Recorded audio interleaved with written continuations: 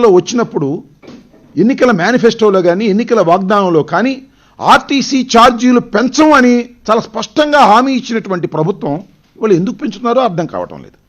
ఒక reason establish చేయలేకపోతున్నారు. ఆర్టీసీకి సంబంధించి రేట్లు పెరిగిపోయినాయి, ఆర్టీసీ ధరలు పెరిగిపోయి అని నేను ఒకటి అడుగుతా ఉన్నా. స్వల్పంగా కరెంట్ ఛార్జీలు పెంచాం, ఆర్టీసీ ఛార్జీలు కూడా పెంచాం. ఎందుకు పెంచాం? కేంద్ర ప్రభుత్వం 67 రూపాయలు ఉండేటటువంటి డీజిల్ ధరని ఎంత చేశారండి? ఇది వాళ్ళ 107 రూపాయలు చేశారు. ఇది భారం పడతలేదు ఆర్టీసీ మీద? భారం పడుతున్నప్పుడు ఎంతో కొంత సెస్ రూపంలో వసూలు చేయవలసినటువంటి బాధ్యత ప్రభుత్వం మీద లేదా? కొద్దిగా భారం పడవలసినటువంటి అవసరం ఉంది.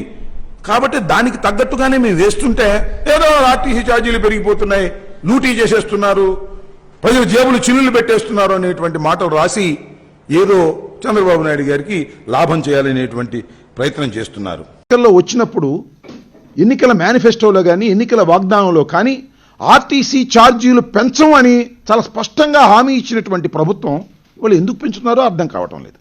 ఒక రీజన్ ఎస్టాబ్లిష్ చేయలేకపోతున్నారు. ఆర్టీసీకి సంబంధించి రేట్లు పెరిగిపోయినాయి, ఆర్టీసీ ధరలు పెరిగిపోయి అని నేను ఒకటి అడుగుతా ఉన్నా.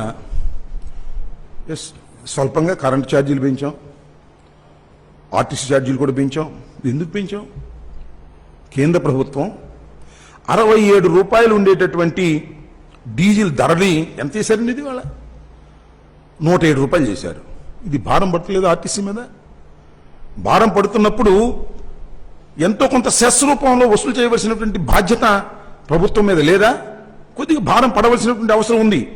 కాబట్టి దానికి తగ్గట్టుగానే మేము వేస్తుంటే ఏదో ఆర్టీసీ ఛార్జీలు పెరిగిపోతున్నాయి, లూటీ చేసేస్తున్నారు, ప్రజలు జేబులు చిల్లులు పెట్టేస్తున్నారు అనేటువంటి మాటలు రాసి ఏదో చంద్రబాబు నాయుడు గారికి లాభం చేయాలనేటువంటి ప్రయత్నం చేస్తున్నారు.